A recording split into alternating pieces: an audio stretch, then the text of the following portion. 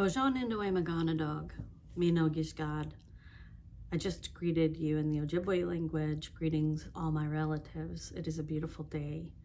Maybe it's night where you are, maybe it's daytime where you are. At the end of the day, it's a beautiful day somewhere, wherever you are, I hope, anyway. Welcome back to the Twilight Zone.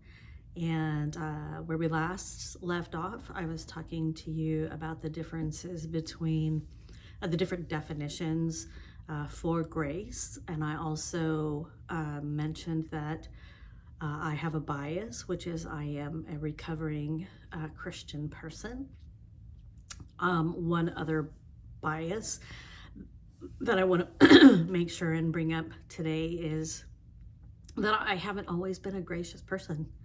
I haven't always modeled or behaved in a way that would cause someone to think of grace when they thought of me.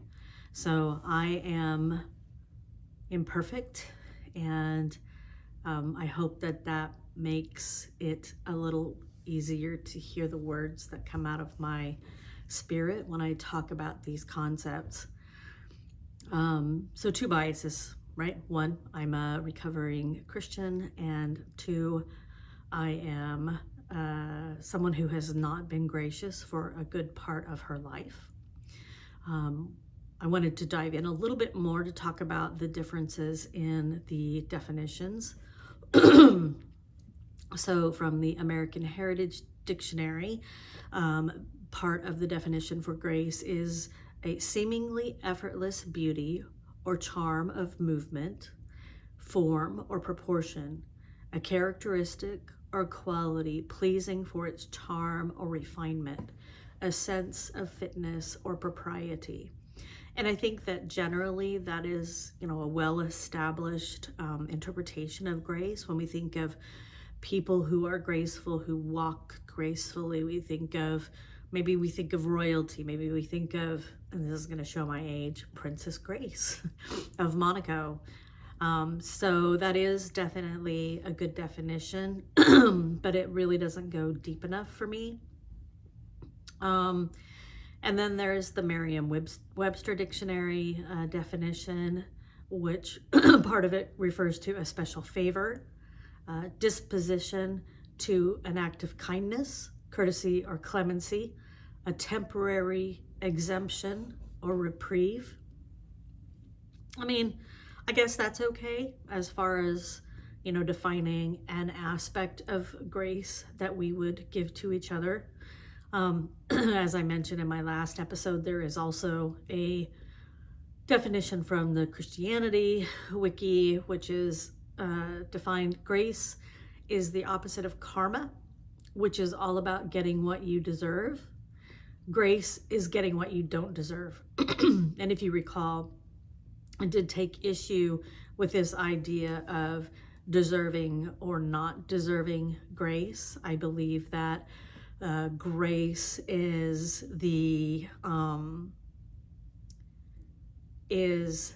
a salve for our souls. It is a healing water that is carried on currents that we cannot see with our eyes, but that we can feel when we experience it. So when we are in receipt of someone's grace, we can feel it. We may not see it. It might feel like a cleansing, a cleansing water. And in Ojibwe culture, water is our first medicine. So that is a way that I want to start us to talk about grace. Sorry, I'm kind of all over the place here. As we lead up to discovering how grace can be a superpower for humans.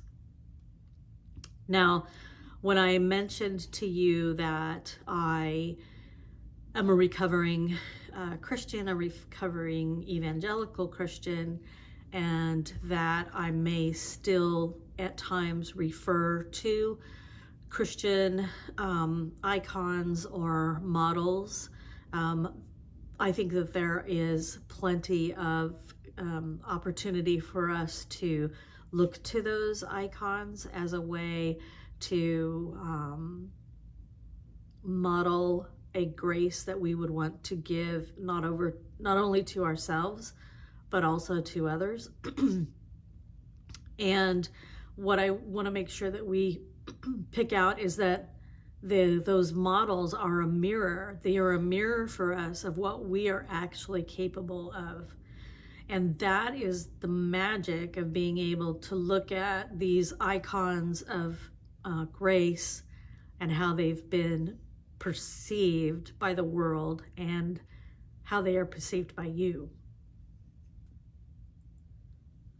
So religious icons are a model for us to study and observe, whereby we would be able to see our human capacity for grace modeled in their figurehood, in their personhood, in their figurehood.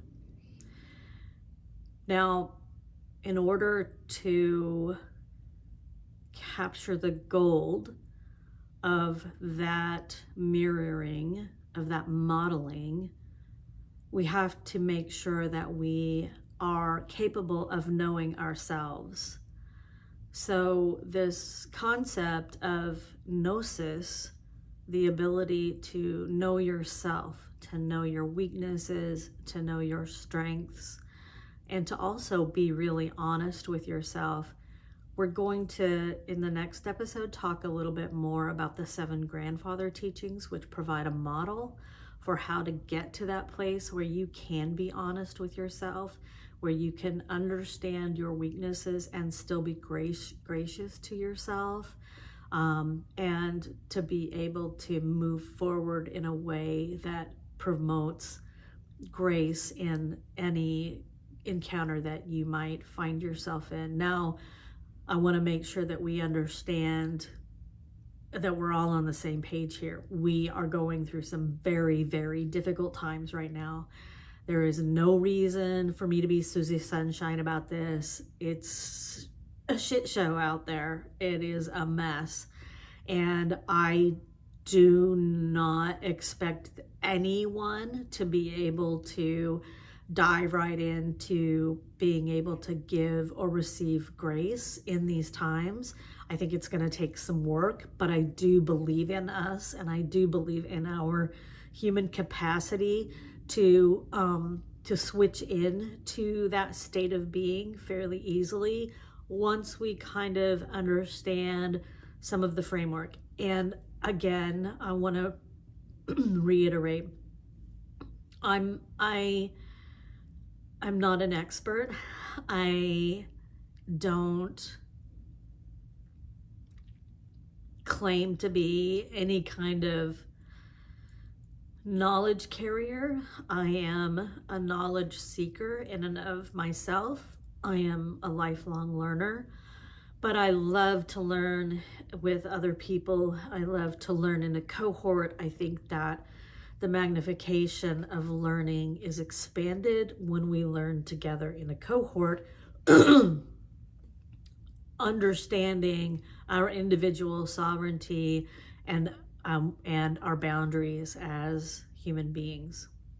So one of the things that I think is really important to get really comfortable with is knowing yourself. Now, do you need therapy to know yourself? Maybe.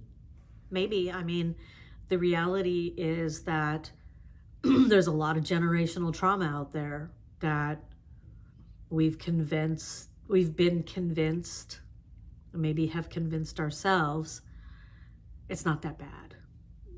I mean, it could be much worse. It's not that bad. My wounds are not bad. But the reality of it is those wounds linger.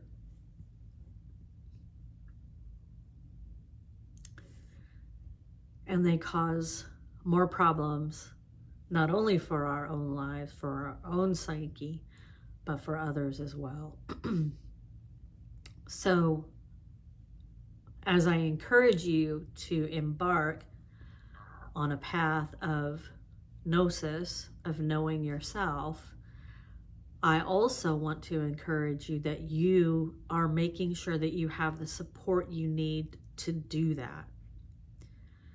And that might show up in any number of different forms. Choose the ones that are the most healthy. Choose the ones that align with what your goals are and what you hope to do in the world. Take care of yourself. Coming to know oneself is not easy. Going down that growth road is not easy.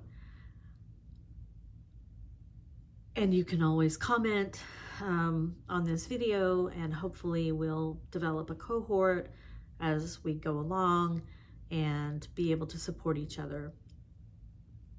So I had mentioned on my very first video that all of this is leading up toward me writing a book tentatively titled Gnostic Grace, and how that is our path to identifying and using our superhuman powers.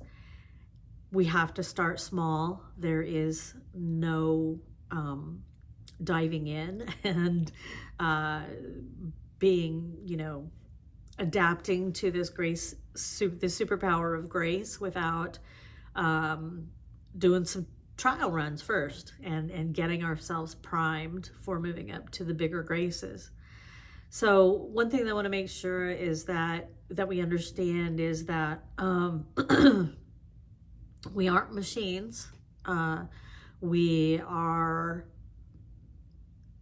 capable of giving grace to each other and to ourselves from our spirits, not at the compunction of anyone or anything, but because we recognize at a soul level the need for it, the need to either receive it or to give it.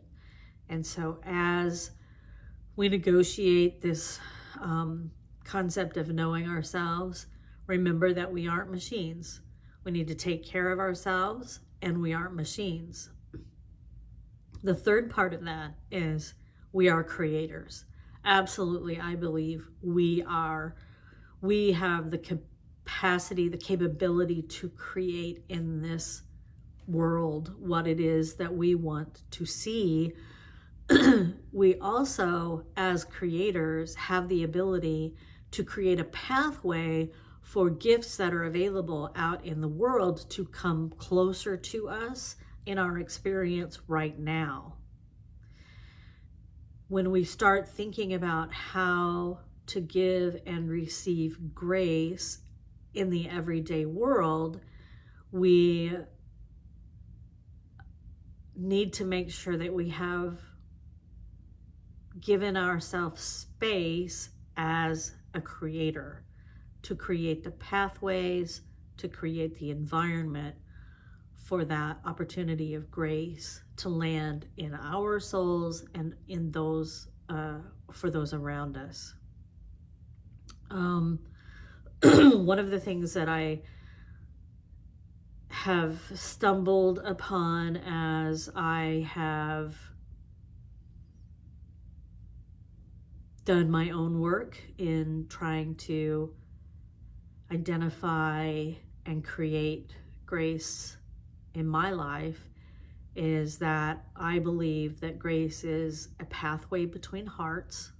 You could say souls as well. I talked a little bit ago about grace being a cleansing water, a cleansing body of water wherein we can give ourselves the healing that we need and provide healing to others. And remember that that is a pathway that is less traveled. So when you think about going on a hiking trail that maybe has fallen into disuse over generations, and you start thinking about going on this path where you know the destination is going to reveal this magnificent view at this overlook, it's going to be hard. It's going to be difficult to cut away all the detritus caused by our trauma, someone else's trauma, and just the the reality of the world that, wow, we aren't machines. We live in a world that wants to have us believe we are machines. So that's it's a challenge. It's going to be a challenge, but I think it is 100% worth it. The other thing that I wanted to, well, when I say that it's 100% worth it, I think where I'm headed with that is it's necessary for human reconciliation. I also believe that at the end of the day, when we can build that stronger pathway, that human reconciliation, we will then open doorways to a reconciliation with all sentient beings, whether known or unknown. So we start small, we start with ourselves, we do the hard work, we take respite when we need to have respite, we make sure that we have the support around us and a cohort who cares about us as we undertake this work. And eventually we will find ourselves in a position where we have stronger bonds, stronger reconciliation in the human family. And then that will radiate out into stronger reconciliation with all sentient beings on the planet. So I recommend starting small. Start with something very small. I'll give you an example of something that I've been doing to try. Well, I'll give you a couple of examples. So I'm not a Christian. I mean, I'm a recovering Christian, but I really find a lot of value in the archetype of Mother Mary, and specifically the archetype of her making known to us that there are graces available to us if we would just call for them. So that's what I will do. I will call in the graces in the morning and give my gratitude to all sentient beings, both known and unknown, for the graces that are available to me. So that's a really simple way that you could also say, I'm just going to make space in my life for grace. See what happens. Who knows? You might really latch onto it, and it might be like something goes off and you're able to, move into a next step of growing your grace. Maybe it takes a while to say it, and that's 100% okay. So that's one little small thing that you can do. And that applies to your life. It's very focused on yourself. The other thing that you can do, and I started doing this just as a way to kind of get me in a space before I show up to the office, or before I show up home after work. So while being safe and observing houses, whether I'm at a stoplight or stop sign or stuck traffic, I will observe the houses and I will say something like, wow, I hope that house is a safe space, a safe and warm space for the people who live there. I hope that they have all the grace that they need. And I will say that to drivers on the road as well. And I'll tell you, this has been a major accomplishment for me, a major breakthrough for me, because I used to have really, really bad road rage, like bad road rage. Being able to give myself a moment and start walking down that path of giving and receiving grace has helped me immensely. Now I don't really get that upset. Still, I am perfect when there's some kind of an incident on the road. But those are two examples of ways that you can start small. So that'll be your homework to practice that over the next week and see if it doesn't help you start thinking, start opening your heart to understanding more about what grace means to you. You know, we talked about some definitions earlier, but you potentially could have a definition that is specific to you. And we'll talk a little bit more in future episodes about the difference between grace and forgiveness, because I really, really want to spend some time on that. But I'm running long here, so I'm going to go ahead and close out. You've got your homework. You've got your recommendation to start small. You've got some basic definitions to think about it, to consider. You know my biases, and so hopefully that helps me to, you know, stay honest and gracious in this podcast, whatever it is, video, whatever. But so I want to end with a kind of a benediction for everyone who is suffering and is in pain. And I hope that you are able to feel free to use this benediction for yourself or modify it in whatever way makes sense for you. I am open to receiving all the graces that are available to me today. I receive them with humility and gratitude, and I will pay them forward to the best of my ability so that the human race comes to reconciliation and peace with each other.